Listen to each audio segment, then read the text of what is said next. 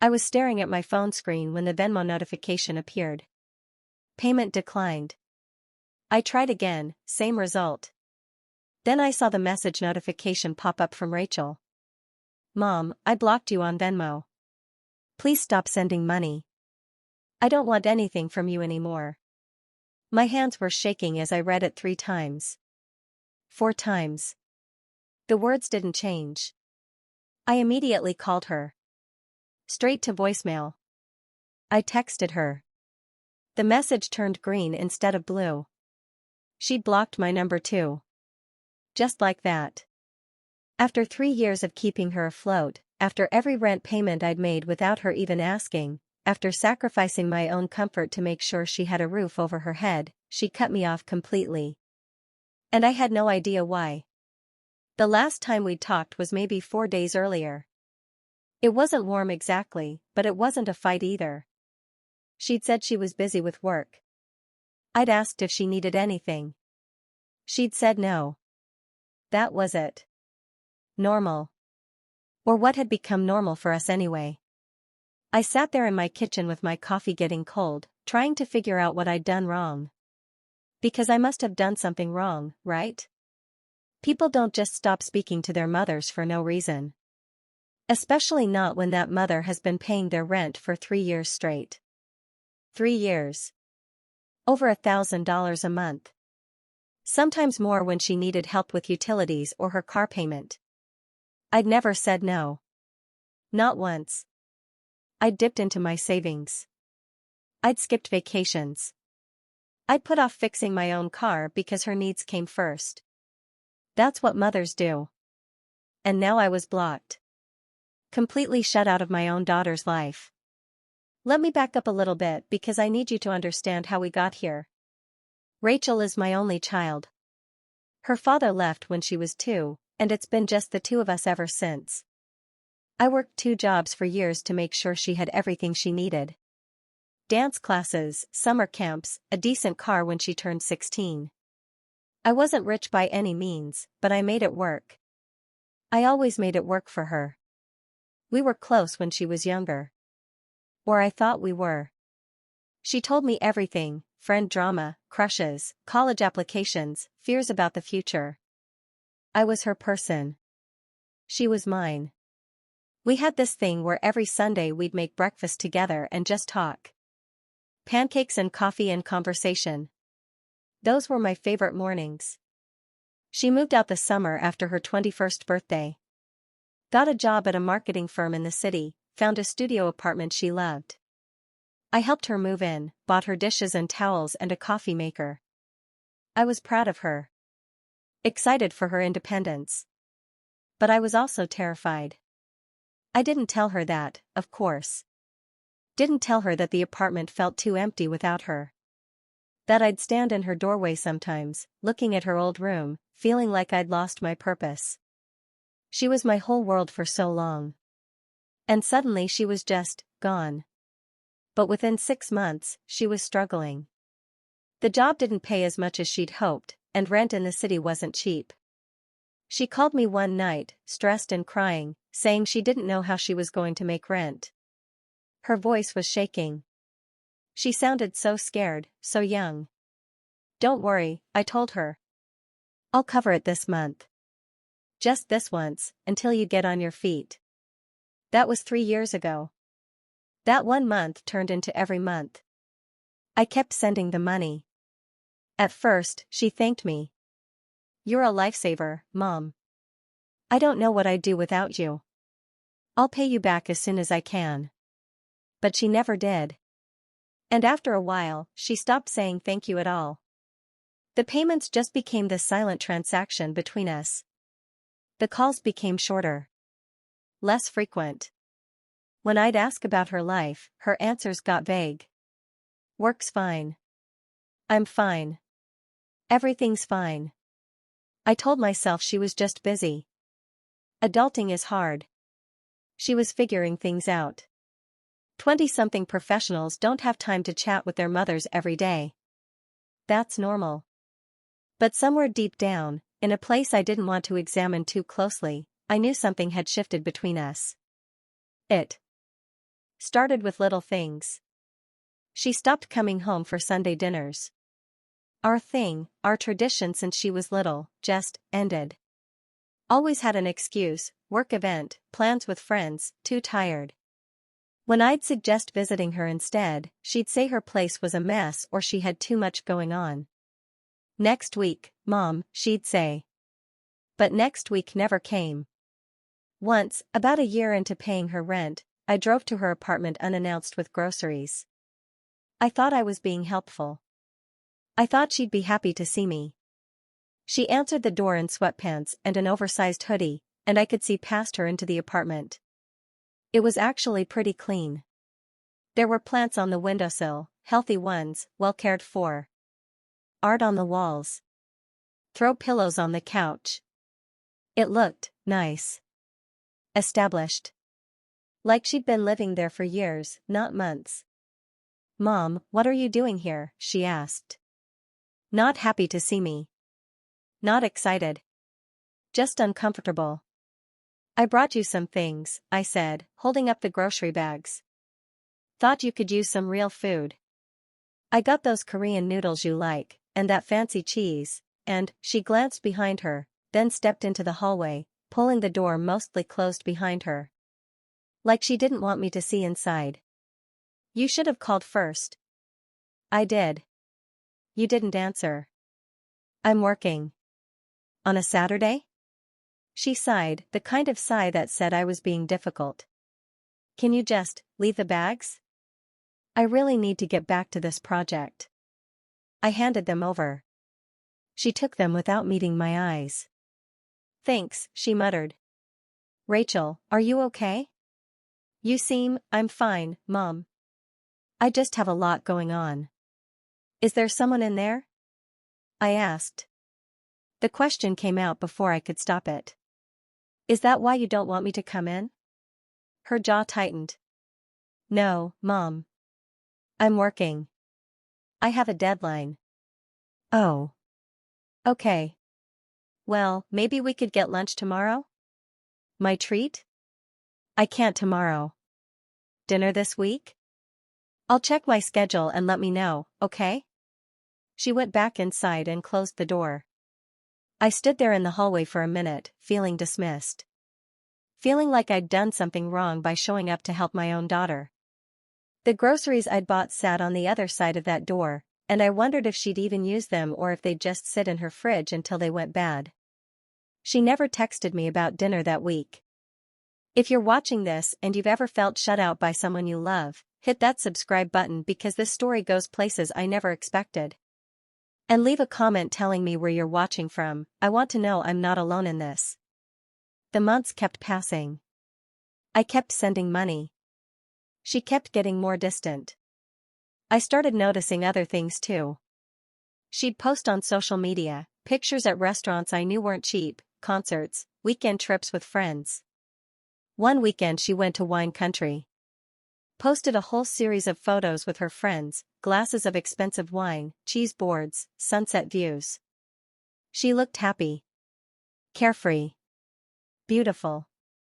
And she never mentioned me. Not once. No Mother's Day posts, no throwback pictures, nothing. It was like I didn't exist in her life except as a monthly deposit. Her friends would comment on her posts, "Love you. You deserve this. Living your best life."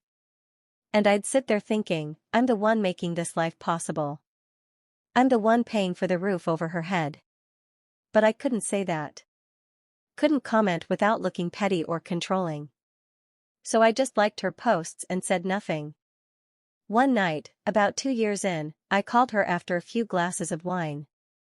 I shouldn't have. I knew I shouldn't have. But I was lonely and hurt and I wanted my daughter back. I wanted the girl who used to curl up on the couch with me and watch movies. Who used to ask my advice about everything. Who used to need me. "Hey, Mom," she answered. Background noise, music, voices, laughter. "Are you out?" "Yeah, just at a friend's place." "What's up?" "I just wanted to talk. I feel like I never hear from you anymore." "We talk, Mom." Barely. And only when I call you. First. Silence on the other end except for the party sounds. Someone in the background said something and Rachel laughed. Not at what they said, but a polite laugh. And I'm on the phone laugh. Rachel, I miss you, I said, and my voice cracked a little. I hated how pathetic I sounded. I know. I've just been really busy. Too busy for your mother? Another pause. Then, careful and cold, what do you want me to say? I want you to act like you care. I want you to show some appreciation for everything I do for you. I didn't ask you to do anything, Mom. The words hit me like a slap. Like a physical blow. I actually flinched. What's that supposed to mean? You called me crying about rent, Rachel. You needed help. That was 1 month. 3 years ago. And I kept helping because I love you. Because I want to make sure you're okay. Because that's what mothers do for their daughters. You're right. I'm sorry. Thank you for the help. Her voice was flat. Rehearsed. Like she was reading from a script. Don't do that. Do what? Act like I'm forcing you to say thank you. I'm not asking for much here, Rachel. Just some basic appreciation. Some acknowledgement that I'm sacrificing for you. Sacrificing. She repeated the word like it tasted bitter. Okay. Yes, sacrificing. I work overtime to send you that money. I put off things I need so you can have what you need. And you can't even be bothered to call me once a week? I never asked you to work overtime, Mom. You didn't have to ask. That's what being a parent means. Someone in the background called her name. She covered the phone, but I could hear her muffled response. Yeah, 1 second. Are you seriously going to get off the phone right now? I asked. Mom, I'm at a party. You called me. I didn't know this was going to turn into, she stopped. Into what? Nothing. Never mind. I have to go. Rachel, she hung up. I sat there holding my phone, tears running down my face, completely confused. What was I supposed to get? I was helping her. That's what mothers do. They help their children. They sacrifice for them. They put their children's needs above their own. And they don't expect anything in return except basic respect and appreciation. Was that really too much to ask? But the conversation stuck with me. Bothered me in a way I couldn't quite name. I replayed it over and over, analyzing every word, trying to figure out where it went wrong. I didn't send money the next month. I wanted to see what she'd do. If she'd call. If she'd ask. If she even noticed. Part of me hoped she wouldn't need it. That she'd tell me she'd figured it out. That would prove she was okay, that my help had worked, that I'd done my job as a mother. But another part of me, a part one didn't want to acknowledge, hoped she would need it. Hoped she'd realize how much she depended on me. Hoped she'd come back, apologetic and grateful. She noticed. 3 days after rent was due, my phone rang. Rachel. My heart jumped. I let it ring twice before answering, trying to sound casual. Hey, Mom. I think there was an issue with the payment this month? My heart sank. So that's what it took for her to call me. Money. No issue, I said quietly. I just thought maybe you didn't need it anymore. Since you said you never asked me to keep sending it. Silence. Long silence. Then, are you serious right now? My rent is due. I know when your rent is due, Rachel. I've been paying it for 2 years. So you're just going to stop? Out of nowhere? Without even telling me? I thought maybe it was time for you to handle it yourself. You have a job. You seem to be doing fine. You're going to wine country, going out to nice dinners. Maybe you don't need my help anymore. Doing fine? Her voice went up. Mom, I budget based on your help. I can't just suddenly come up with an extra $1,000. Maybe you should have been budgeting differently. This is unbelievable. I could hear her breathing hard, trying to control her anger. You're punishing me because I didn't kiss your feet enough? That's not, Rachel, that's not what this is about. Then what is it about? Because from where I'm standing, you're holding money over my head to control me. Control you? I'm trying to help you. I've been helping you for 2 years with no strings attached. No strings attached? Are you kidding me right now? Every conversation we have, you bring up how much you do for me. How much you sacrifice. How I never call enough, never visit enough, never appreciate you enough. That's strings, Mom. That's like a whole fucking rope. She'd never talked to me like that before. Never cursed at me. Never sounded so angry. Watch your language, I said automatically. No. No, I'm not going to watch my language. I'm 24 years old and I'm tired of you treating me like a child who owes you her entire life because you chose to help me. I didn't choose to help you, Rachel. You called me crying and scared and I couldn't just let my daughter struggle. What kind of mother would that make me? A mother who lets her adult daughter figure out her own life. So you'd rather I'd just let you get evicted? Let you be homeless? I wouldn't have been homeless, Mom. I would have figured it out. I would have gotten a roommate or a second job or moved to a cheaper place. But you didn't give me a chance to figure it out because you jumped in and fixed it and now I can't. She stopped abruptly. Can't what? Nothing. No, say it. You can't what? I can't breathe. The words exploded out of her. I can't make any decision in my life without thinking about how it affects you. Without wondering if you'll approve or if you'll make some comment about how I'm spending money when you're helping me. I can't live my own life because you won't let go. I felt like she'd punched me. I'm not holding on. I'm just being your mother. No, you're being controlling. There's a difference. This is how you talk to someone who's been paying your rent for 2 years. Someone who's sacrificed so you could have a nice life? I didn't want this kind of help. Then what kind of help do you want? Tell me, Rachel, because I'm doing the best I can here and you treat me like I'm some kind of burden. Silence. Long enough that I thought she'd hung up again. Then, quietly, voice thick with tears, just send the money, Mom. Rachel, please. Just send it. I'll figure something else out next month. I'll get it together. Just please don't make me miss rent. Please. The pleading in her voice made me feel sick. But also vindicated in a twisted way. She did need me. She did need my help. Of course I'll send it, I said, trying to sound gentle. I was never going to let you miss rent, honey. I just wanted you to understand how much this means. How much I'm doing for you. I understand, she said flatly. Can I go now?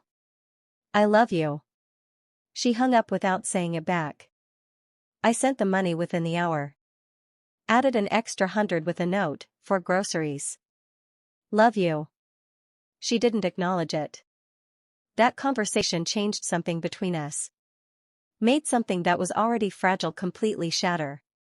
I could feel it, but I didn't know how to fix it. Didn't know how to bridge the gap that had opened up. For those of you still watching, thank you. This gets harder to tell. If you understand complicated family dynamics, go ahead and hit that like button. It helps more than you know. And seriously, drop a comment about where you're from. I need to know there are other people out there who get how messy family can be. The months after that call were weird. Strained. She'd text me when rent was due, just a simple thank you after the payment went through. Nothing else. No phone calls. No updates. No pictures. Just acknowledgement of the transaction. I hated it. I hated what we'd become. But I didn't know how to fix it without making things worse.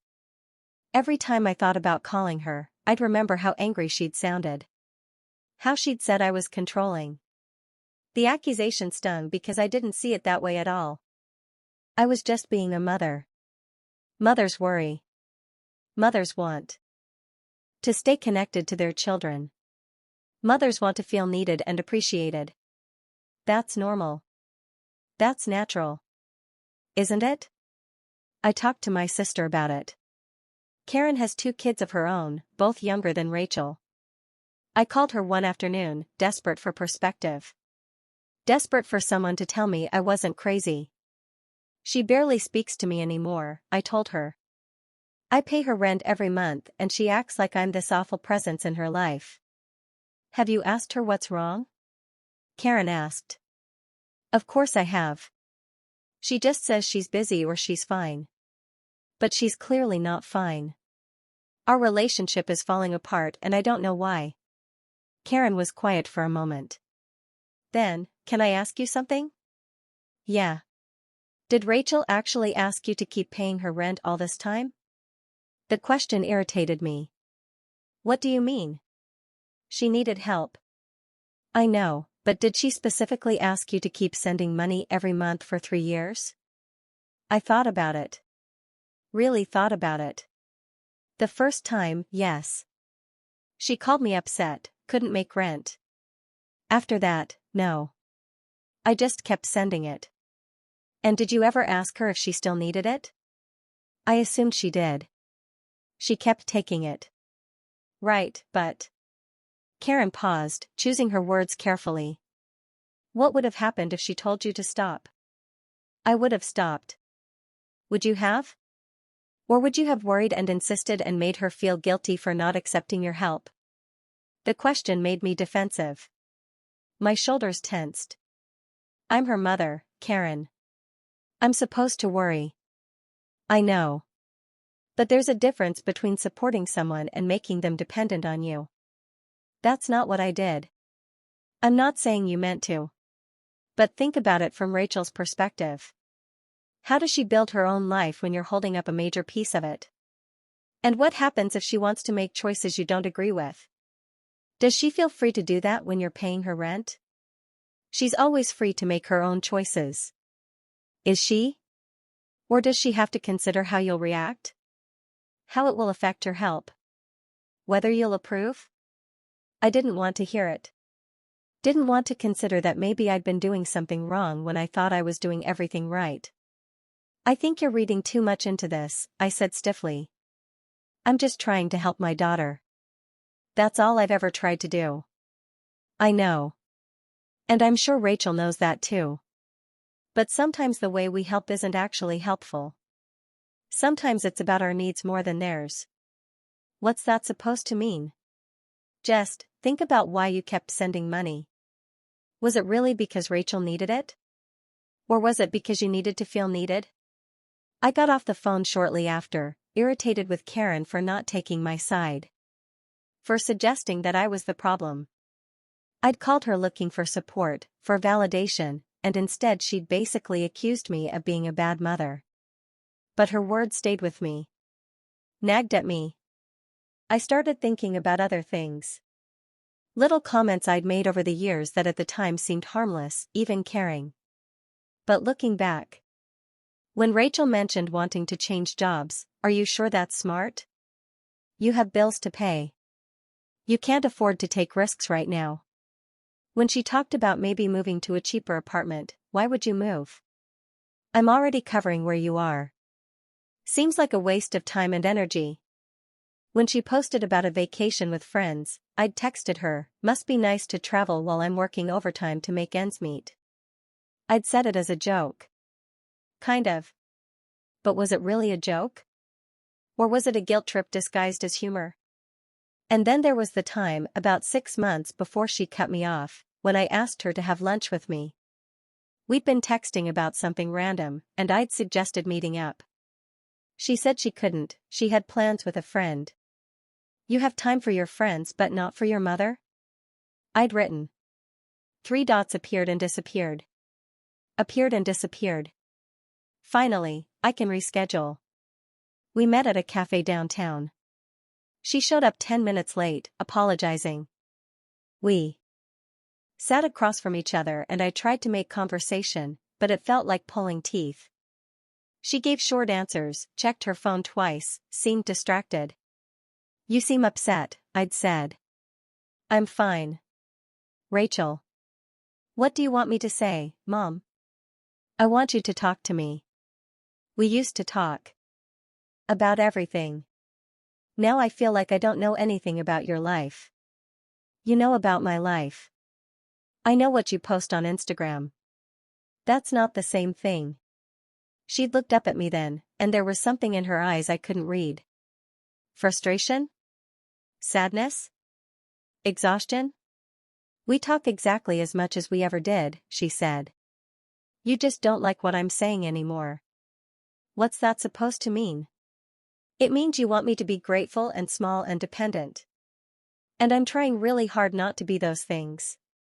I've never wanted you to be small, Rachel. I want you to be happy.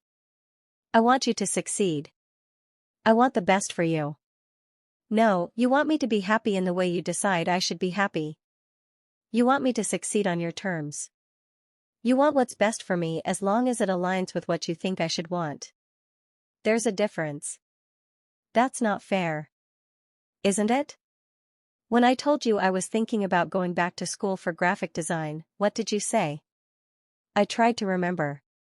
"I said that was interesting?" "You said, 'Are you sure that's practical? Marketing is stable. Design is competitive.' You talked me out of it." "I was just being realistic. I didn't want you to make a decision you'd regret." "It wasn't your decision to make, Mom." "I know, and when I told you I was thinking about moving to Portland because my friend Emma was starting a business and wanted me to be her partner, what did you say?" I remembered that conversation clearly. I said Portland is far. That I wouldn't be able to help you as easily if you needed something. You said, "How would I visit you? How would I make sure you're okay? What if something happens and I can't get to you?" You made it about you, not about whether it was a good opportunity for me. I was worried about you. You were worried about losing control of me. The accusation hung between us. I wanted to argue. To defend myself. To explain that everything I'd done came from love, not control. But she didn't give me the chance. She stood up, chair scraping against the floor. "I have to go." "Rachel, we're in the middle of a conversation." "No, you're in the middle of a conversation. I'm trying to leave. Please sit down. Please. Let's talk about this." "There's nothing to talk about, Mom. You don't hear me. You never hear me. You hear what you want to hear and ignore the rest." She left before we finished eating. Said she forgot she had something else to do. I paid the bill and sat there alone, feeling like I'd failed some test I didn't know I was taking. People around me were having normal lunches. Normal conversations. Laughing. Enjoying each other. And I was sitting there with tears in my eyes, wondering how I'd lost my daughter.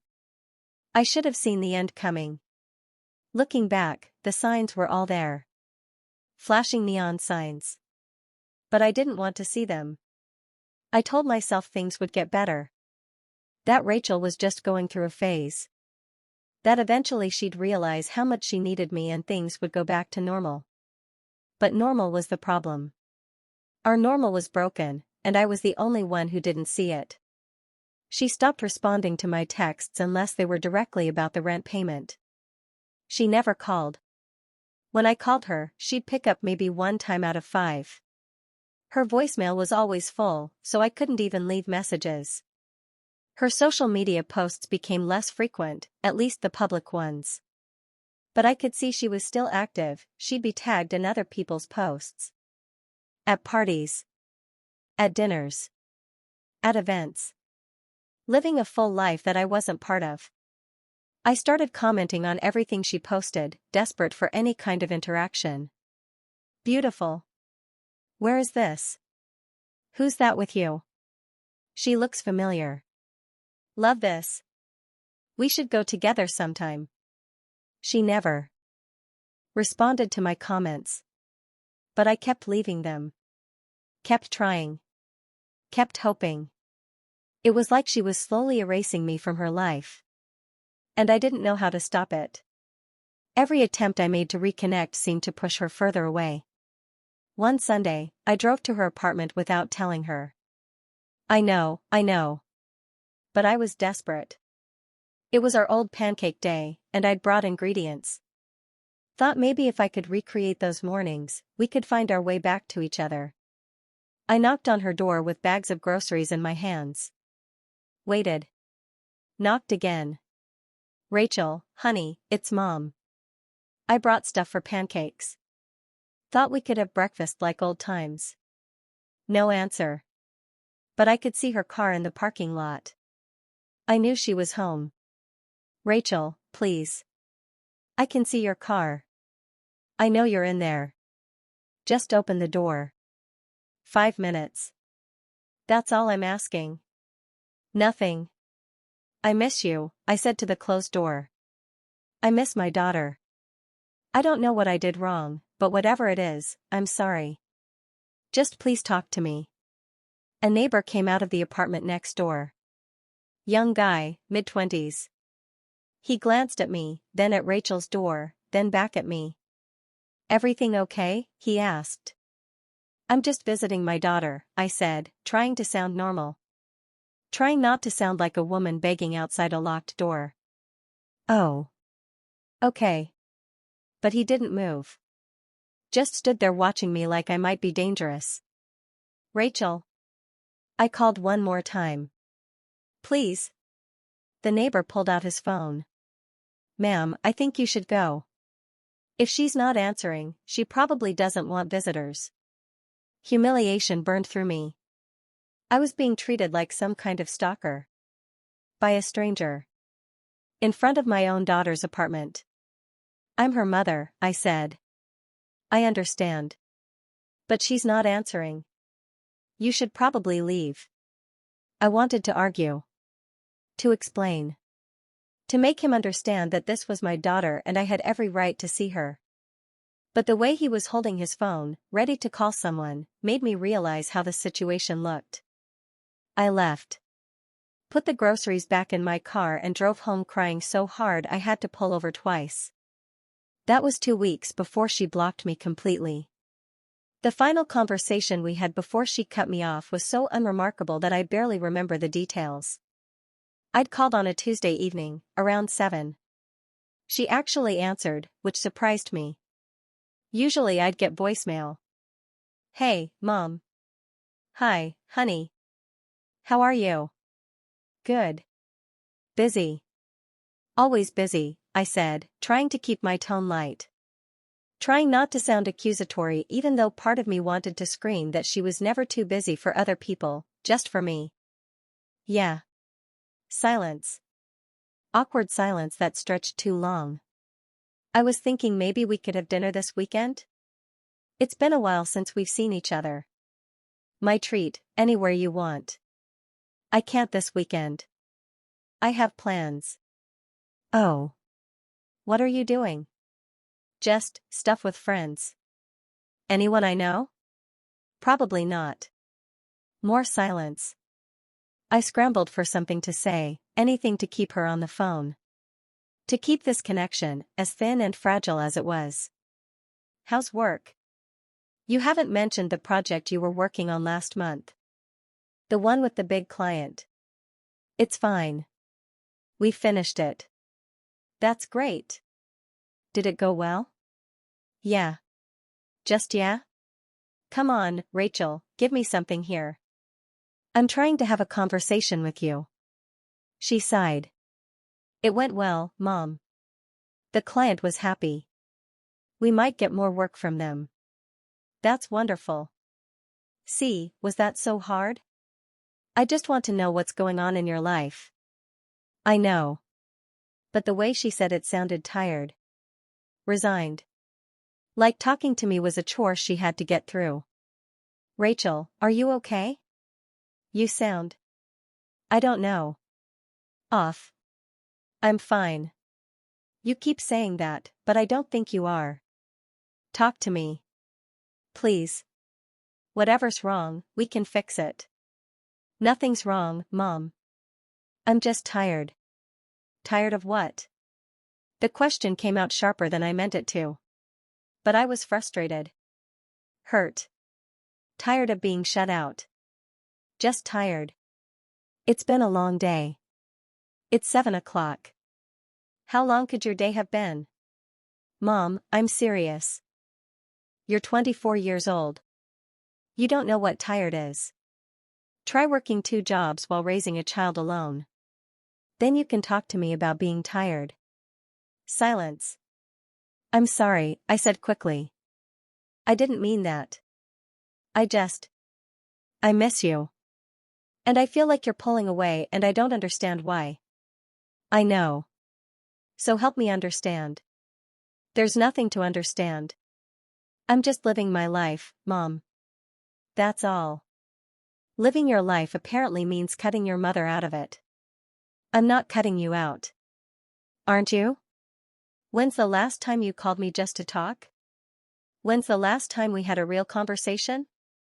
We're having one right now. No, we're not. I'm talking and you're giving me one-word answers and waiting for this call to end. What do you want from me? Her voice rose slightly. What do you want me to say? I want you to act like you care. I want you to treat me like I matter to you. You do matter to me. Then act like it. Call me once in a while. Visit. Have an actual conversation with me instead of treating me like an obligation. I'm not, she stopped. Breathe.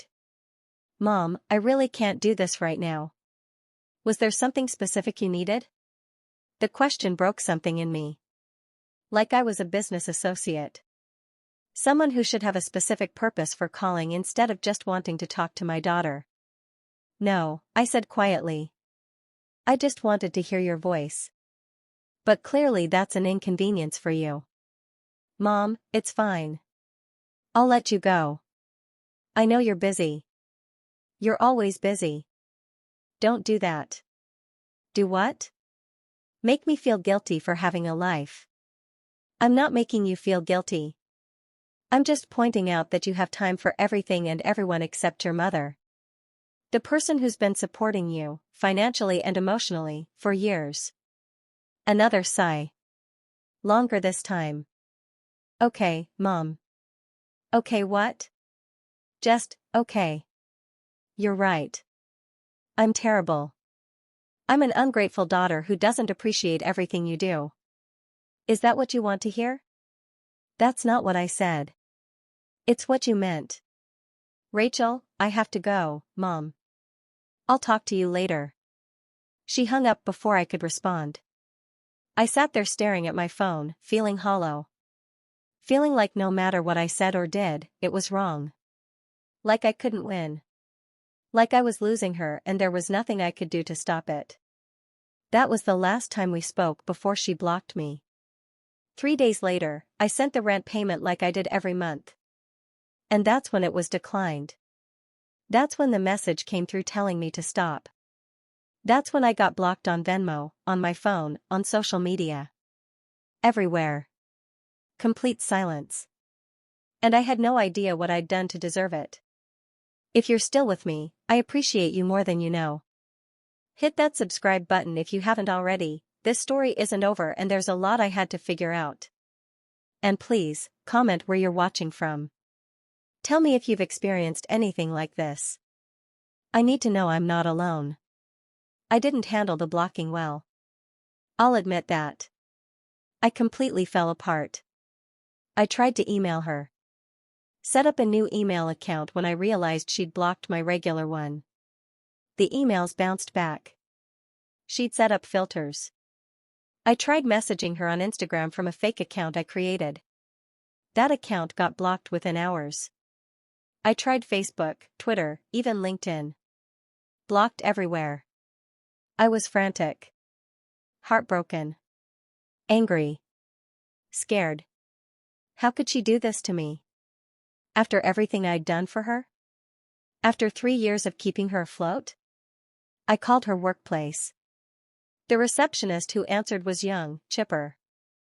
Hi, I'm calling for Rachel Chen? Sure. May I ask who's calling? Her mother. A pause. Oh. Hold on one moment please. I was put on hold. Elevator music played. I waited 5 minutes. 10. Finally the receptionist came back. I'm sorry, Miss Chen is in a meeting right now. Would you like to leave a message?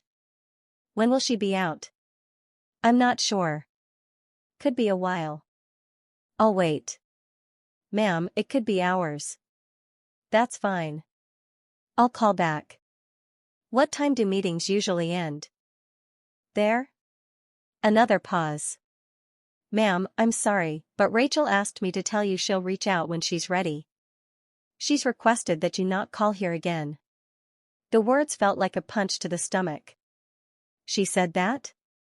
She specifically said that? I'm just passing along the message. Is there anything else I can help you with? I hung up without answering. My daughter had told her coworkers not to put me through. Had warned them. Had probably told them I might call, might show up, might try to reach her. Like I was some kind of threat. Some kind of danger. I drove to her apartment. I know I shouldn't have. I know it was too far. But I was desperate. I needed answers. I needed to know what I'd done wrong so I could fix it. I knocked on her door. No answer. I knew she was home, her car was in the parking lot. I knocked again. Called through the door. Rachel, please. Just talk to me. 5 minutes. That's all I'm asking. Tell me what I did wrong.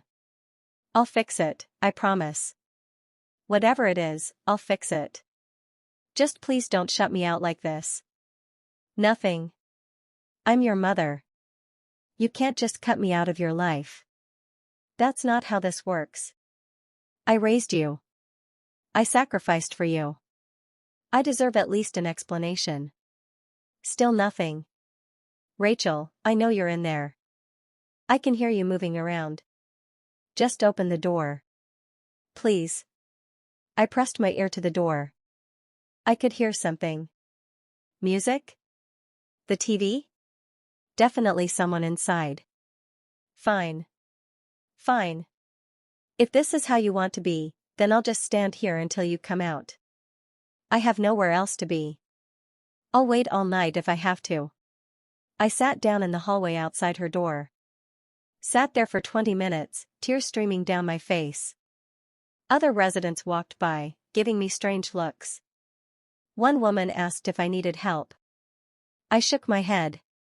Finally, the door opened. But it wasn't Rachel. It was a man I'd never seen before. Tall, maybe 30, with dark hair and glasses. He looked at me sitting on the floor and his expression shifted from confused to sympathetic to uncomfortable. Can I help you? He asked. Who are you? I stood up quickly. I'm David. Rachel's boyfriend. And you must be her mom. Boyfriend. She had a boyfriend I didn't know about. Had never mentioned. How long had they been together? Did he live here? I need to talk to Rachel. She doesn't want to talk right now. She's my daughter. She doesn't get to decide when I can talk to her. Actually, she does. She's an adult. I'm aware she's an adult. But I'm still her mother and I deserve. She's not ready to talk to you, he said, not unkindly. I know this is hard, but you need to respect her boundaries.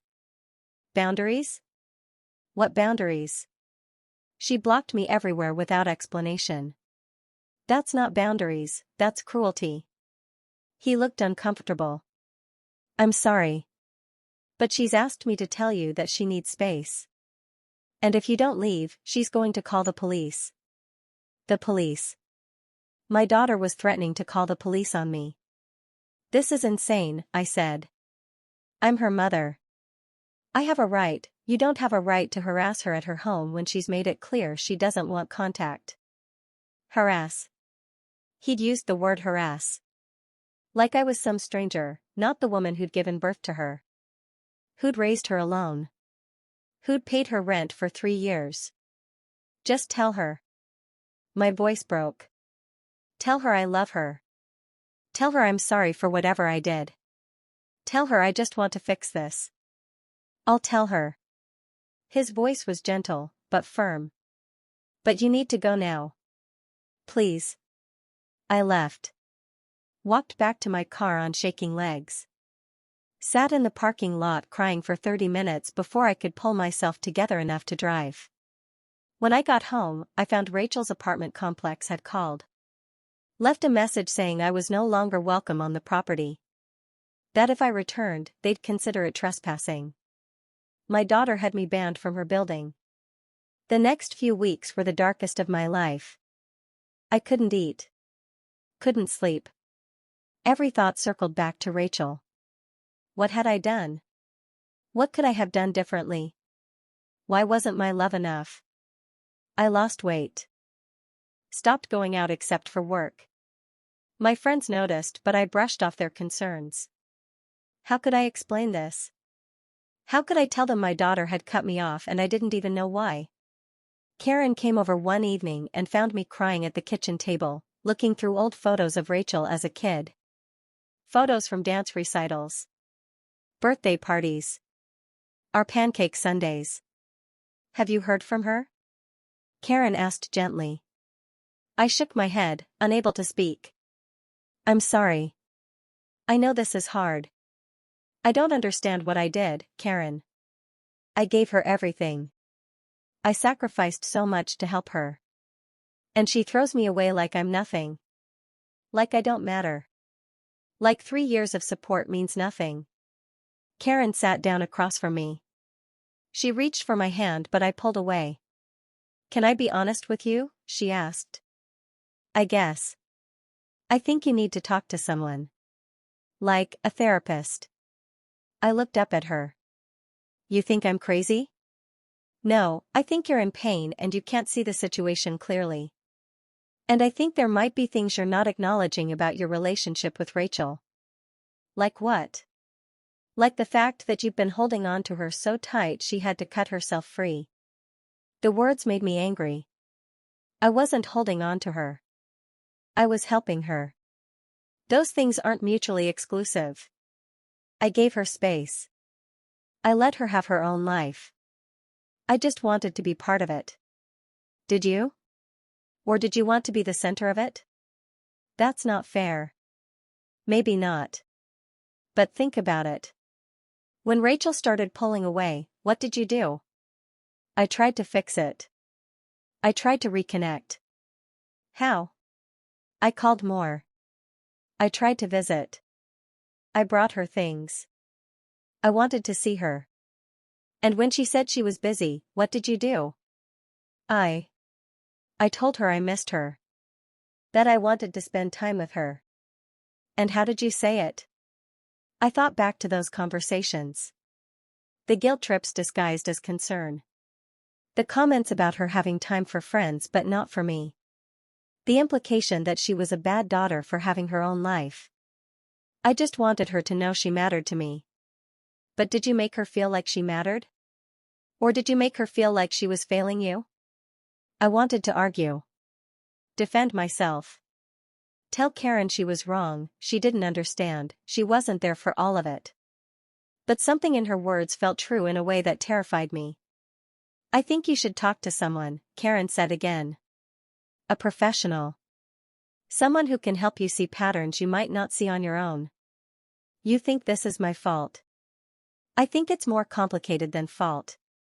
But I think you played a role in how things ended up. And until you can see that role clearly, nothing's going to change. After she left, I sat alone with her words. Rolled them around in my head. Tried to examine my relationship with Rachel from the outside, like I was watching someone else's life. And slowly, uncomfortably, I started to see things differently. I did start seeing a therapist. Dr. Morgan. She was in her 50s, calm and measured in a way that initially annoyed me but eventually became comforting. Her office was small, filled with plants and soft lighting. Everything designed to make you feel safe enough to fall apart. In our first session, I unloaded everything. The rent payments, the distance, the blocking, all of it. She listened without interrupting, taking occasional notes on a yellow legal pad. When I finished, she was quiet for a moment. Then, why do you think you kept sending Rachel money after the first few months? Because she needed it. Did she tell you she needed it? She didn't tell me she didn't need it. That's not the same thing. I shifted uncomfortably in my chair. I'm her mother. I could see she was struggling. How could you see that? What do you mean? You said you rarely saw her. She didn't share much about her life. So how did you know she was struggling?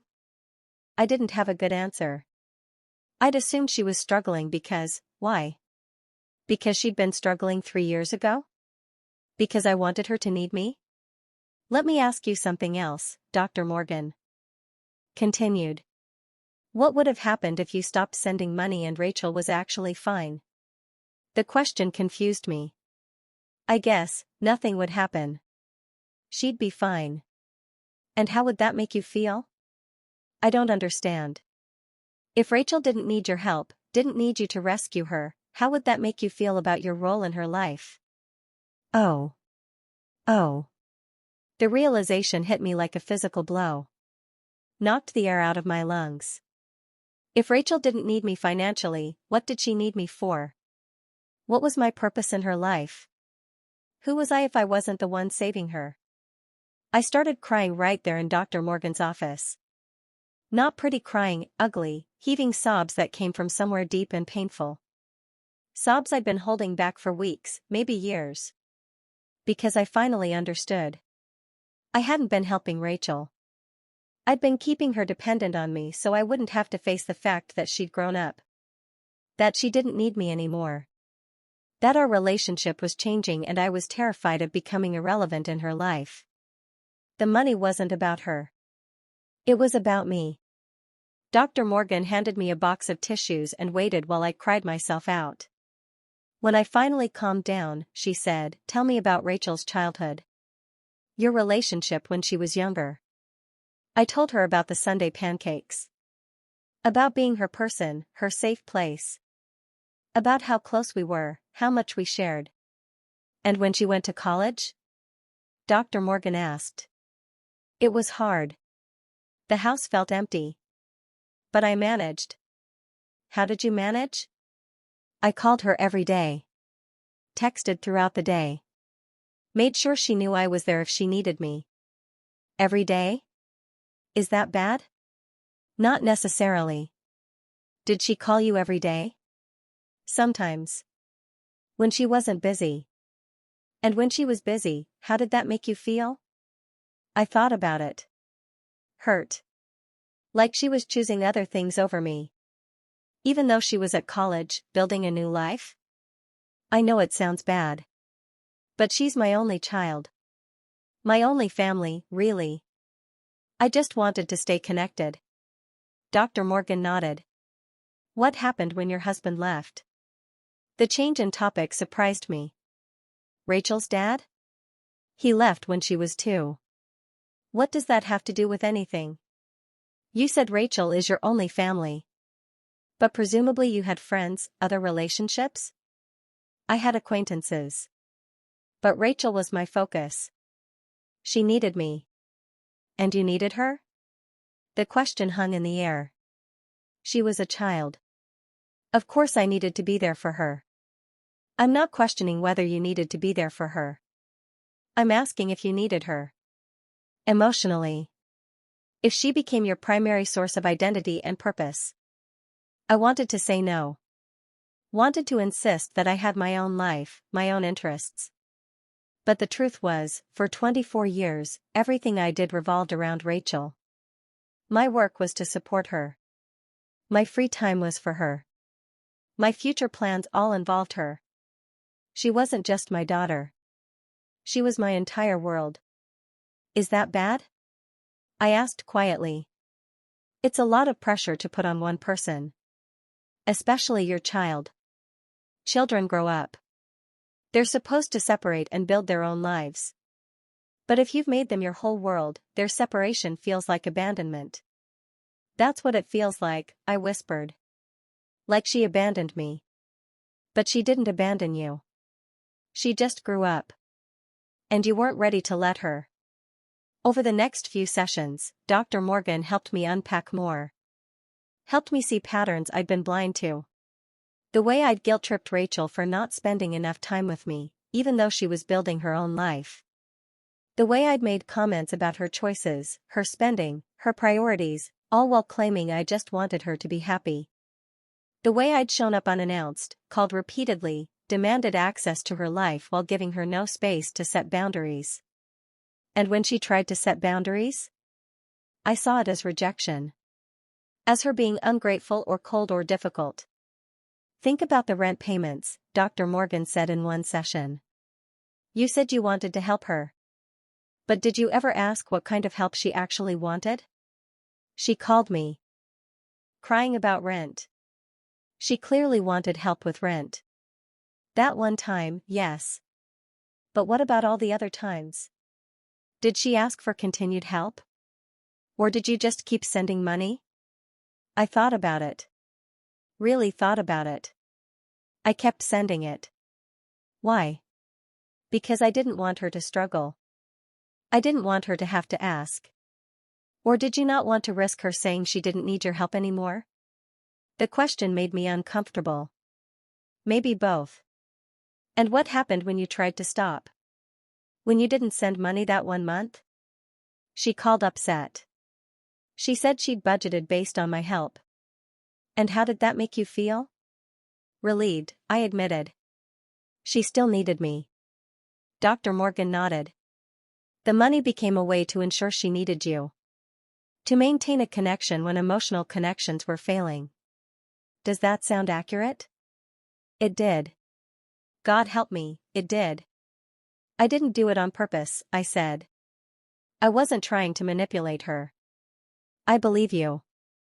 Most people don't consciously set out to control their children. But unconscious control is still control. And the impact is the same. She felt suffocated. Yes. She felt like she couldn't have her own life without betraying me. Yes. And I did that to her. You both played roles in this dynamic. But you're the parent. You have more power in this relationship. And you used that power, even unconsciously, to keep her tethered to you. I cried again. Seemed like all I did in therapy was cry. Can I fix it? I asked. I don't know. That depends on Rachel. But you can work on yourself. On understanding why you behaved this way so you don't repeat the pattern. What if she never talks to me again? That's a possibility you have to prepare for. Your healing can't be dependent on her forgiveness. It has to be for you, because you want to be a healthier person. Over the next weeks, I started to understand more about myself. About my fears and insecurities. About how losing Rachel's father had made me cling harder to Rachel. About how having no identity outside of motherhood had made me unable to let my daughter grow up. I started doing things for myself. Small things at first. I took a pottery class. Joined a book club. Started volunteering at a local animal shelter. Things that had nothing to do with Rachel. Things that were just for me. It felt strange at first. Selfish even. But Dr. Morgan encouraged it. You need to build a life that isn't centered around your daughter, she said. Not because you don't love her, but because she can't be your entire purpose. No one person can carry that weight. About 2 months into therapy, Dr. Morgan suggested I write Rachel a letter. Not to send, just to get my thoughts out. I spent hours on that letter. Wrote and rewrote it. Crossed out lines. Started over. In the letter, I apologized. For the control. For the guilt. For making her feel like she owed me her life because I paid her rent. For not respecting her boundaries. For not seeing her as a full, separate person with her own needs and wants. I apologized for loving her in a way that was more about my needs than hers. I wrote that I understood why she cut me off.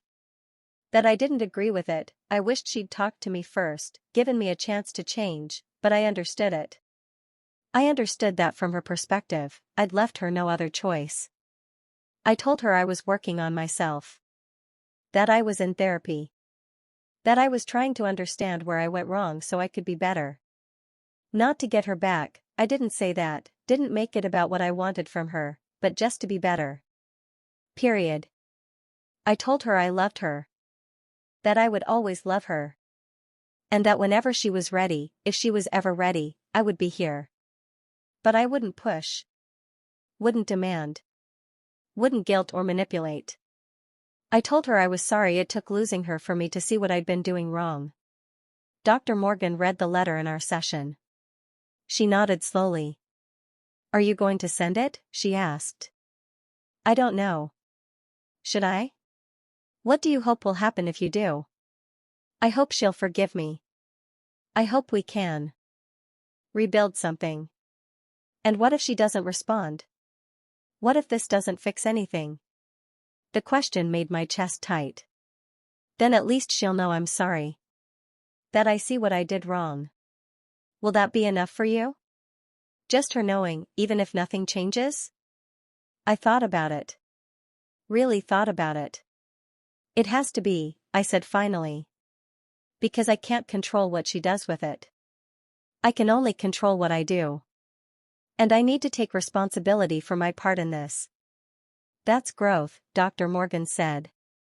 Real growth. I sent the letter a week later. Mailed it to her apartment since I couldn't contact her any other way. Used my best handwriting. Sealed it with a heart sticker like I used to do when I'd pack her lunches for school. Then I waited. Days passed. Then weeks. Then a month. Nothing. It hurt. God, it hurt. Every day I checked the mail hoping for a response. Every day there was nothing. But I didn't send another letter. Didn't show up at her apartment. Didn't try to force a response. Because that would have been the old me. The one who couldn't handle not having control. Not having access. Not having my daughter's attention when I wanted it. The new me, the one I was trying to become, had to accept that Rachel's silence was its own kind of answer.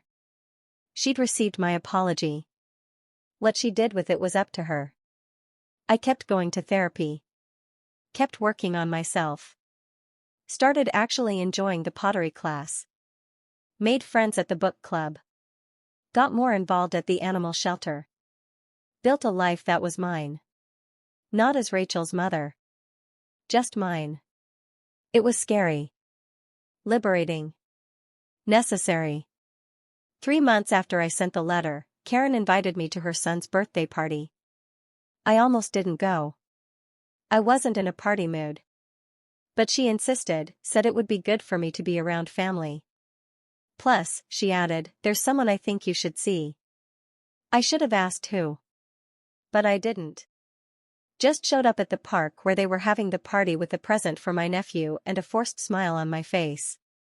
The party was typical family gathering stuff. Kids running around, adults chatting, food on picnic tables.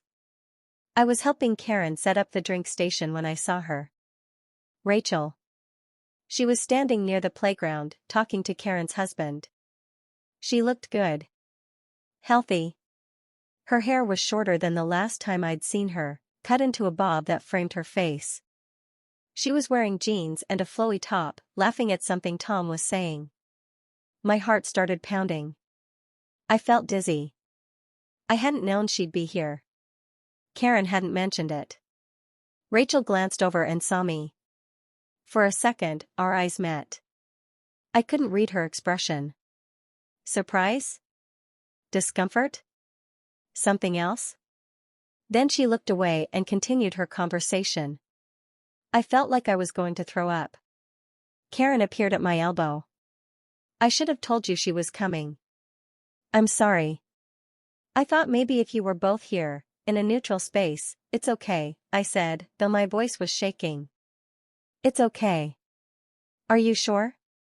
I can ask her to leave if this is too hard. No. Don't. This is your son's party. She has every right to be here. So do you. I know. I'm fine. I'll be fine. But I wasn't fine. Every cell in my body wanted to go over there. To talk to her. To apologize again. To beg her to give me another chance. But I didn't. Because Dr. Morgan's words echoed in my head, respect her boundaries. Even when it's hard. Even when every instinct tells you to push. So I stayed where I was. Helped with the party. Sang happy birthday. Served cake. Acted normal while my daughter was 20 feet away and might as well have been on another planet. The party went on. I helped clean up spills, refereed a disagreement between two kids over a toy, tried to focus on anything except where Rachel was. Who she was talking to. Whether she was looking at me. She wasn't. At one point, David showed up. The boyfriend. He greeted Rachel with a kiss that made my heart hurt. They looked good together. Happy. He said something that made her laugh, that genuine laugh I remembered from when she was younger. The sound of it nearly broke me. I excused myself and went to the bathroom. Locked myself in a stall and cried as quietly as I could. Gave myself 2 minutes to fall apart, then pulled myself together and went back out. Near the end of the party, as people were starting to leave, I was packing up leftover food when I heard her voice behind me. Hi, Mom. I turned around so fast I nearly dropped the container I was holding. Rachel was standing a few feet away, hands in her pockets. She looked nervous. Uncertain. Hi, I managed. My voice came out as barely a whisper. Silence. Horrible, stretching silence where we just looked at each other. I got your letter, she said finally. Okay. I wasn't going to come today. But Karen said you'd be here and I thought maybe. She trailed off. I'm glad you came, I said carefully. It's good to see you. You too. More silence. Rachel, can we go somewhere and talk? She interrupted. Not here. Somewhere private. My heart leapt. Yes. Of course. Wherever you want. There's a coffee shop a few blocks from here. Do you know the one on Maple? I can find it. Okay. I'll meet you there in 10 minutes? I nodded, not trusting myself to speak. She walked away and I just stood there, shaking. Karen came over. You okay? She asked. She wants to talk. I know. That's good, right? I don't know. What if I mess it up? What if I say the wrong thing and she never talks to me again? Then you'll deal with it. But you won't know unless you try. I drove to the coffee shop in a daze. Nearly ran a red light. Had to pull over and do breathing exercises before I could go inside. Rachel was already there when I arrived. She'd gotten a table in the corner, away from other people. There was a latte in front of her. I went to order but realized my hands were shaking too much to hold my wallet properly. Just water, I told the barista. I sat down across from Rachel. She was staring at her cup, not meeting my eyes. Thank you for agreeing to talk, I said. She nodded. Still didn't look up. The silence stretched. I waited. Didn't push. Let her take her time. Dr. Morgan's voice in my head, let her lead. This is her process. Finally, she looked up. Her eyes were wet. I didn't cut you off because I hate you, she said quietly. I need you to know that. Okay. I cut you off because I felt like I was drowning. And you were the one holding me underwater while telling me you were teaching me to swim. The words hurt, but I didn't defend myself. Just nodded. Let her continue. Every time I tried to pull away, you pulled harder, she continued. Every time I tried to set a boundary, you made me feel guilty for it. The money, it wasn't about the money. It was what the money represented. It was you having this constant claim on my life. This thing I could never escape. I know, I said softly. I'm sorry. I couldn't make any decisions without thinking about how you'd react. Couldn't plan my life because you were financially tangled up in it. And the worst part was, you acted like you were doing me this huge favor when really you were just keeping me dependent on you. You're right. She blinked, surprised. Like she'd expected me to argue. You're right, I said again. I did all of those things. And I'm sorry. I thought I was helping you, but I was really just helping myself feel needed. I was controlling you. And you deserved so much better than that. Rachel's face crumpled. Tears spilled over. I needed you to stop, she whispered. And you wouldn't. So I had to make you. I understand. Do you? Do you really? Because Mom, you hurt me. For years. You made me feel like I couldn't have my own life without betraying you. Like wanting independence meant I didn't love you. And that's not fair. That's not what love is supposed to feel like. I was crying too now. I know. You're right. And I'm so sorry, Rachel. I can't change what I did. But I'm in therapy now. I'm working on understanding why I did it and how to be different. Not because I expect you to forgive me or come back. Just because I need to be better. You deserve a mother who supports you without suffocating you. She wiped at her eyes with her sleeve.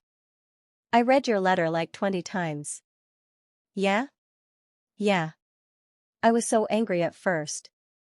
Like, now you get it? After everything? But then I kept reading it and I realized it was the first time you'd ever actually listened to me. Actually heard what I was saying without making it about you. I'm trying to do better at that. I want to believe you. I do.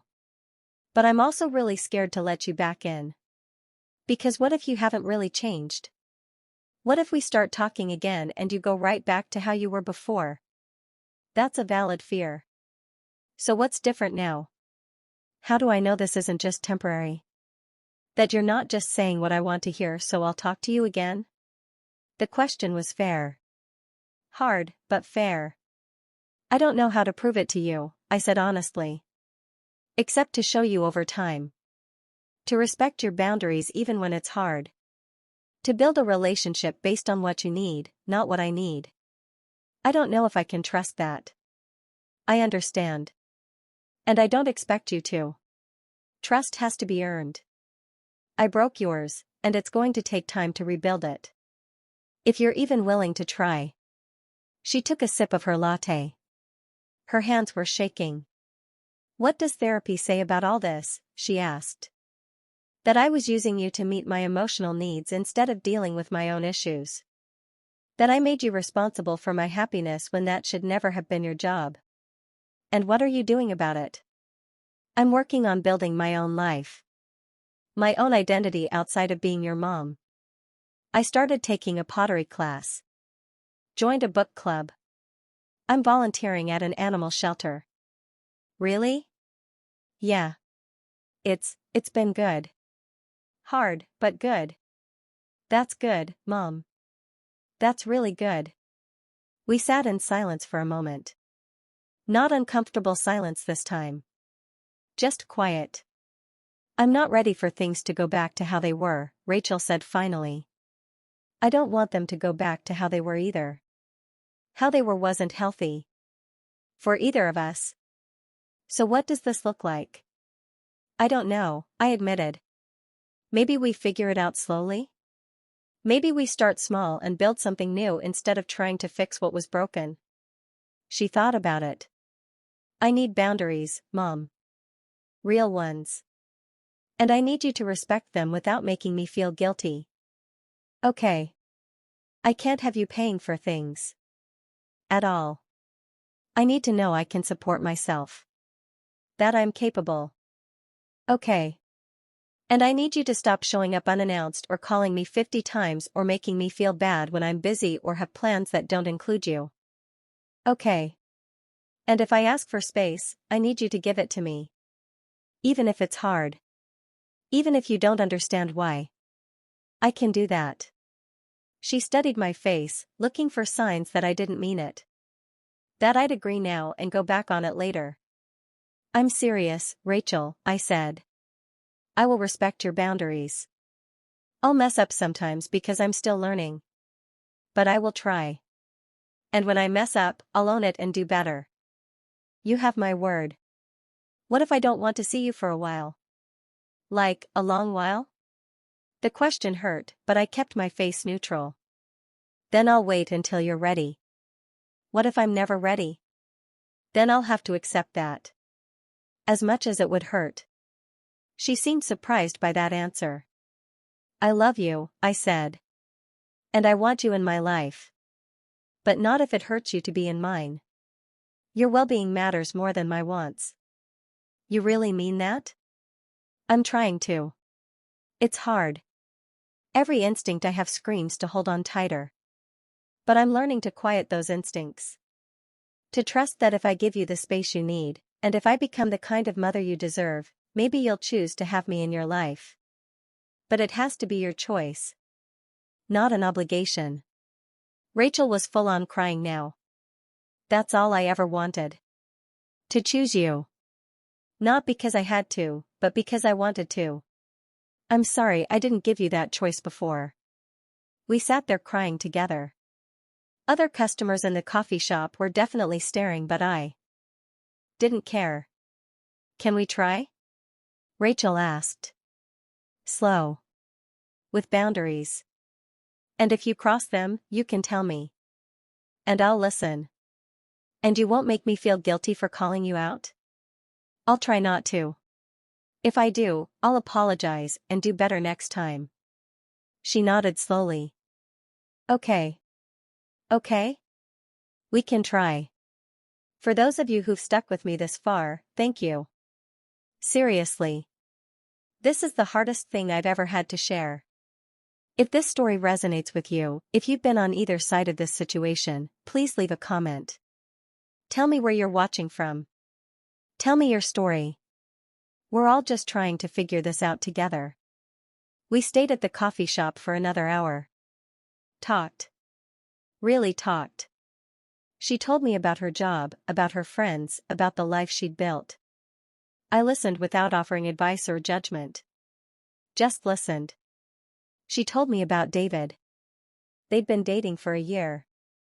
Met at a work conference. He was kind, supportive, respected her boundaries. He sounds great, I said. And I meant it, even though it hurt that I hadn't known about him. He is. He helped me realize that I needed to cut you off. That it was okay to set boundaries with family. I'm glad you had someone supporting you. She looked surprised. You're not mad? Why would I be mad? Because he's the one who told me to block you. He gave you advice based on what he saw. Which was probably a daughter suffering because of her mother's behavior. I'm grateful he was there for you when I couldn't be. Rachel's eyes filled with tears again. Who are you and what have you done with my mother? I laughed, which felt strange and wonderful. She's in therapy. Learning to be better. I like this version of you. Yeah? Yeah. We talked more. She told me about her promotion and raise. About how she'd been financially stable for almost a year before she cut me off. I didn't need your money anymore, Mom. I hadn't for a while. But I didn't know how to tell you without it turning into a whole thing. Because I would have made it a whole thing. Yeah. I'm sorry. I should have asked. Should have checked in instead of assuming. You should have. But I also should have been honest. I wasn't innocent in this either. You were trying to survive a difficult situation. I was the parent. I should have been more aware. She nodded. Therapy is really working for you. It's helping. It's hard, but it's helping. When we left the coffee shop, Rachel gave me a hug. Brief, but real. The first physical contact we'd had in months. "Can I text you sometime?" I asked. "Yeah. Just, not every day, okay?" "Okay. What works for you? Maybe once a week? And we can see how it goes from there." "That sounds perfect." She smiled. A real smile. "And Mom?" "Yeah? Thank you. For the letter. For listening today. For trying. Thank you for giving me another chance. I know I don't deserve it." "We'll see if you earn it," she said, but her tone was gentle. I watched her walk to her car. Didn't follow her. Didn't ask when I'd see her again. Just let her go. It was the hardest thing I'd ever done. And also the healthiest. That was 4 months ago. Rachel and I are rebuilding. Slowly. Carefully. We text every week. Sometimes more, sometimes less. She tells me about work or sends me pictures of her and David. I respond without immediately asking when I can visit or why she hasn't called. We've had dinner twice. Both times, she chose the restaurant. Both times, I showed up on time and didn't overstay. Didn't make her feel trapped. It's not the relationship I had with her before. It's not the relationship I thought I wanted. But it's healthier. It's real. It's based on her actually wanting me in her life, not on financial obligation or guilt. Last week, she called me. Not texted, called. Just to talk. "Hey, Mom." "Hi, honey. Is everything okay?" "Yeah. I just wanted to talk. Is this a good time?" I almost cried. She wanted to talk. Just to talk. Not because she needed something. Just because she wanted to. "It's a perfect time," I said. We talked for 40 minutes. About nothing. Important. About everything. She told me about a new project at work, about a trip she and David were planning. I told her about the garden I'd started, about a new friend I'd made at the book club. "That's great, Mom.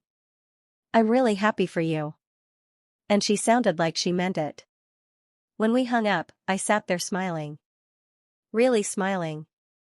Not the forced smile I'd worn for months, but genuine happiness. This is what it feels like to love someone without holding them hostage. To support them without suffocating them. To be a mother without making my daughter responsible for my emotional needs. It's terrifying. Because I have to trust that she'll still want me in her life even when she doesn't need me. That I'm enough without being essential. But it's also freeing. Because I'm learning to have my own life too. My own hobbies, my own friends, my own identity beyond being Rachel's mother. Dr. Morgan says I'm making progress. That healing isn't linear and I'll have setbacks. But I'm trying. The pottery class has become my favorite part of the week.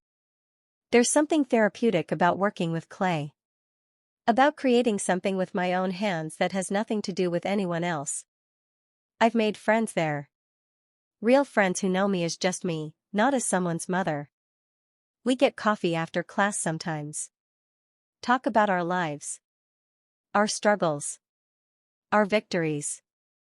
One of them, Margaret, is dealing with her own daughter issues. Different from mine, but similar enough. We've bonded over the complexity of mother-daughter relationships. "They want us to be there," she said once. But not too there. Want us to care, but not too much. It's impossible to get right. Maybe that's the point, I'd said. Maybe there is no right. Maybe we just have to keep trying and adjusting and learning. When did you get so wise? Therapy, I'd laughed. Lots and lots of therapy. The animal shelter has been good for me too. There's something healing about caring for creatures who need you without expecting anything beyond basic needs met. The dogs don't care if I call too much or show up unannounced. They're just happy to see me. I've been fostering a senior dog named Charlie. He's old, moves slow, has health issues nobody else wanted to deal with. But he's sweet and gentle and doesn't judge me. Rachel met him last month when she came over for dinner.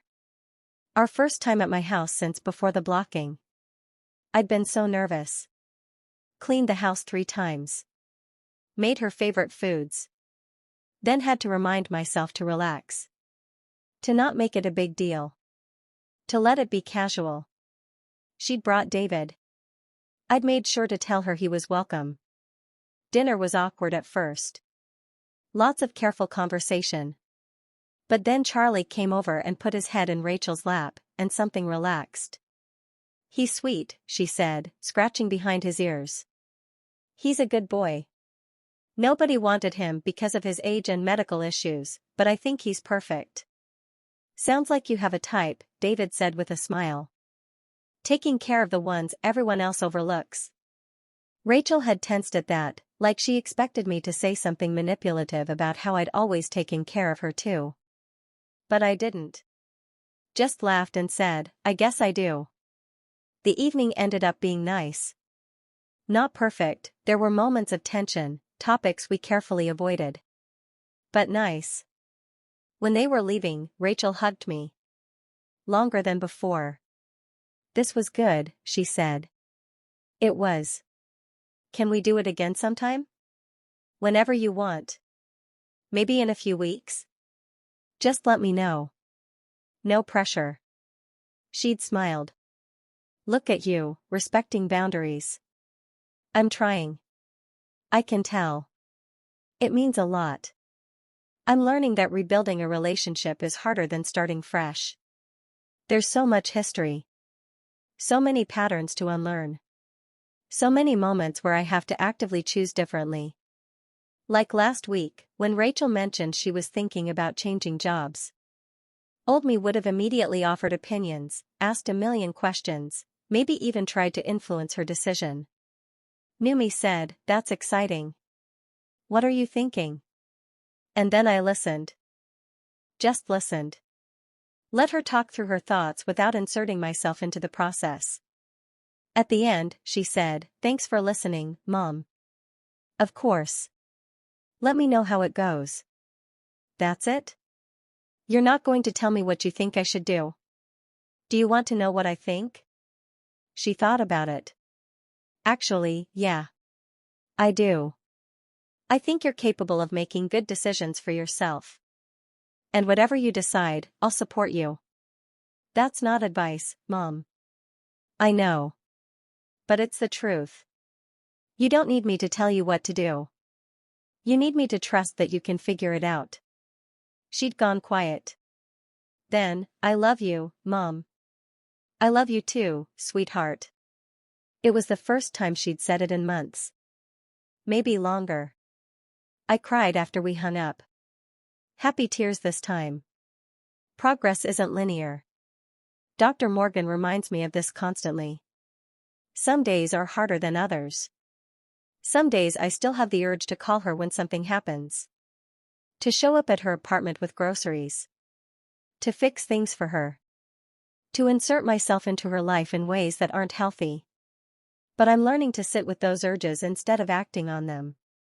To remind myself that she's an adult. That she's capable. That my job now isn't to rescue her but to be someone she actually wants in her life. I'm also learning that having my own life makes those urges easier to manage. When I'm busy with pottery or the book club or volunteering, I think about Rachel less. Not because I love her less, but because I'm not sitting around with nothing to do but obsess over our relationship. Dr. Morgan says this is healthy. You're discovering who you are outside of being a mother, she said. That's crucial. Not just for your relationship with Rachel, but for you as a person. It's weird, I'd said. I spent so long defining myself as Rachel's mom. Without that being my primary identity, I feel kind of lost. That's normal. You're grieving the identity you had while building a new one. It's uncomfortable. But it's necessary. What if I don't like who I am without that identity? Then you get to decide who you want to be. That's the beautiful part. You have a choice now. I'm still figuring out who I want to be. Who I am when I'm not someone's mother. It's a work in progress. But I'm making progress. Real progress. Last month, I declined Rachel's call because I was busy. Actually busy, doing something for myself. Not avoiding her, I genuinely couldn't talk. She texted, "Everything okay?" I wrote back, "Yeah. Just at a pottery class. I'll call you later." She sent back a smiley face and no rush. "Talk when you can." Later, when we talked, she asked about the class. Sounded genuinely interested. "What are you making?" she asked. "I'm working on a vase. It's not very good yet, but I'm learning." "That's really cool, Mom. I'm glad you're doing things for yourself." "Me too." "Hey, Mom?" "Yeah?" "I'm proud of you. For doing the work. For changing. I know it's not easy." I started crying. "Thank you. That means everything." "I mean it. You're really trying. And it shows." This story doesn't have a neat ending because it's not over. Rachel and I are still figuring this out. Some days are good. Some days are hard. But we're trying. The version of me that started this story, the one who couldn't understand why her daughter cut her off after 3 years of help, doesn't exist anymore. That version was so convinced she was right, so certain she was the victim. Now I know better. I wasn't the villain either, just a mother who loved her daughter but didn't know how to do it in a healthy way. And Rachel wasn't ungrateful or cruel. She was a woman trying to survive, trying to become her own person, trying to breathe. Sometimes love means letting go. Even when it's terrifying. Even when every instinct screams to hold tighter. Sometimes the most loving thing you can do is step back and let someone figure out their own life. Even if they struggle. Even if they fail sometimes. Because that's how people grow. That's how they become who they're meant to be. And if you really love them, you have to trust that who they're meant to be might not include needing you the way they used to. That doesn't mean they don't love you. It just means they love you differently. More healthily. I'm learning to be okay with that. Next week, Rachel and David are coming over for dinner again. She asked if she could bring something. I almost said no automatically, old habit of wanting to do everything myself, to show I could handle it. But I caught myself. Said, that would be great. Maybe a dessert? I was thinking about making that chocolate cake you used to make for my birthday. The one with the raspberry filling. Would you mind sharing the recipe?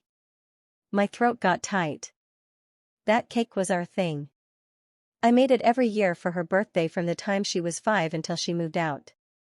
I'd love to, I said. I'll text it to you. Thanks, Mom. After we hung up, I sat with that feeling.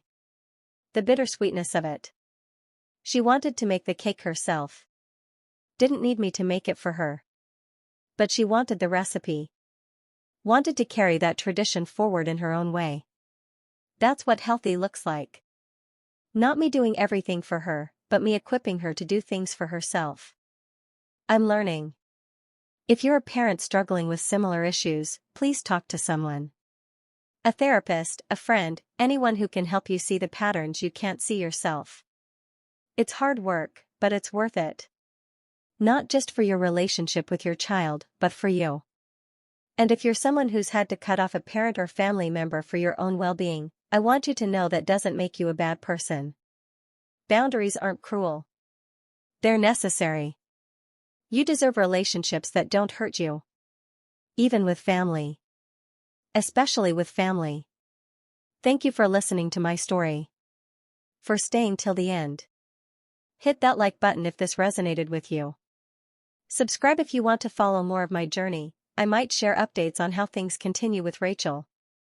And please, comment where you're watching from. Tell me your stories. Share your experiences. We're all just trying to do better. To love better. To be better. And some days, that's enough. That's all we can do. Rachel's birthday is next month. I've already decided what I'm going to do. I'm going to send a simple text, "Happy birthday. I love you. Hope you have a wonderful day." And that's it. No guilt about how we should celebrate together. No mention of gifts or plans unless she brings it up. Just a simple acknowledgement of her day. Dr. Morgan says that's growth. I think she's right. The woman I was a year ago would have planned an elaborate surprise. Would have shown up with presents and expectations. Would have made her birthday about me and my needs. The woman I'm becoming understands that her birthday is about her. And the best gift I can give her is to let her celebrate however she wants. With whoever she wants. And to be genuinely happy for her happiness, even if I'm not part of it. That's love. Real love. Healthy love. It's taken me 53 years to learn that. Better late than never. I don't know what the future holds for Rachel and me. Maybe we'll get closer. Maybe we'll stay at this comfortable distance. Maybe she'll pull away again and I'll have to start over. But whatever happens, I'll know I did the work. I tried to change. I chose to love her in the way she needed instead of the way I wanted. And maybe that's the best any parent can do. For everyone who's made it to the end, thank you. Truly. Your time and attention mean more than you know. If any of this helped you see your own relationships differently, if it gave you courage to make changes or set boundaries or seek help, then sharing my story was worth it. We're all just doing our best with what we know. And when we know better, we do better. I'm trying to do better. One day at a time. One boundary at a time. One healthy choice at a time. And slowly, maybe Rachel and I are building something that will last. Not because it has to, but because we both choose it. That's the relationship I want. The one I'm working toward. And for the first time in a long time, I have hope that we might actually get there.